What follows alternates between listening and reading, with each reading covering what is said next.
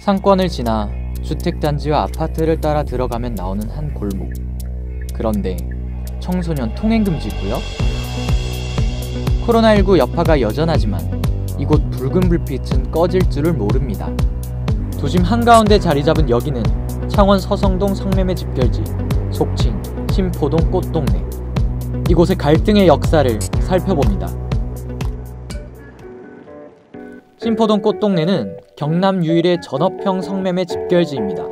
성매매는 법으로 금지되어 있음에도 골목 약 250m를 따라 23개 업소가 영업 중이고 성매매 여성 70여 명이 있는 것으로 추정됩니다. 신포동 꽃동네는 116년의 시간 동안 이 자리를 지켜왔습니다. 마산항 개항 이후 마산 포구와 삼랑진을 잇는 철도 신설로 생겨난 유곽이 기원으로 전해지죠. 특히 1970년대 마산 수출 자유지역이 설치되고 창원 종합기계단지가 건설되면서 마산항은 국제항으로서의 기능이 활발해졌고 그 주변 지역으로 돈과 사람들이 몰렸습니다. 2004년 성매매 특별법이 시행되기 전까지 업소 40여 곳에서 300여 명이 넘는 성매매 여성들이 있었다고 파악이 될 만큼 성업을 이뤘습니다. 특히 이곳은 시내 중심지 한가운데 있어 인근에 거주하는 시민들과 성매매 업주들 간에 뿌리 깊은 갈등의 역사가 남아있습니다.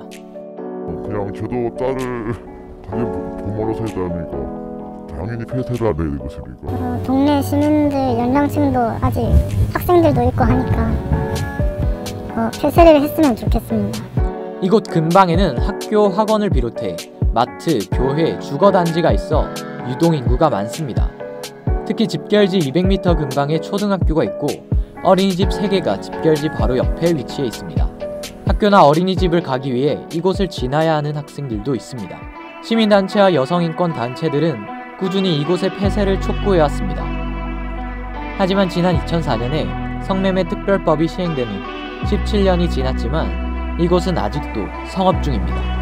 서성동 성매매 집결지를 폐쇄하겠다는 방침이 수차례 나왔지만 실행에 옮겨지진 못한 거죠. 폐쇄 절차의 첫 단추라고 할 수 있는 CCTV 설치도 작년 4차례 시도 끝에 겨우 실행됐습니다. 창원시는 2024년까지 서성동 집결지를 폐쇄해 근린공원을 조성하겠다고 밝혔습니다. 성구매자와 불법 영업을 하는 업주의 존재가 성매매 집결지 존속의 근본적 원인이지만 시민들은 지자체의 노력과 의지가 성매매 집결지 폐쇄의 관건이라고 말합니다.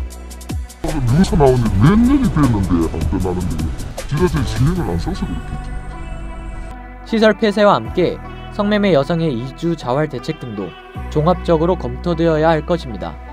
피해 여성에 대한 지원 없이 집결지를 폐쇄한다면은 생계수단이 없는 여성들은 업주에 의해서 다른 집결지로 갈 수밖에 없습니다. 여성들에게 주거지원, 생계비지원, 직업훈련 제공 등 지원 대책 마련이 선행되어야 합니다. 지난 2014년 전주시는 민간단체와 선미촌 정비 민간협의의회를 구성해 전주의 선미촌 문화재생 프로젝트를 실행했습니다. 독일 경우에 아우슈비츠 수용소 해방을 기념을 하고 있거든요. 그것은 부끄러운 역사를 되풀이하지 않기 위함인데 전주도 선미촌 건물을 사들여서 기업공간 성평등 플랫폼을 만들고 있습니다. 서성동 집결지도 단순한 공원이 아닌 역사를 기억하고 반성하는 공간으로 정비가 되면 좋을 것 같습니다. 서성동 성매매 집결지 폐쇄, 이번에도 무산된다면 전국에서 가장 오래된 성매매 집결지라는 오명을 쓰게 될지도 모릅니다.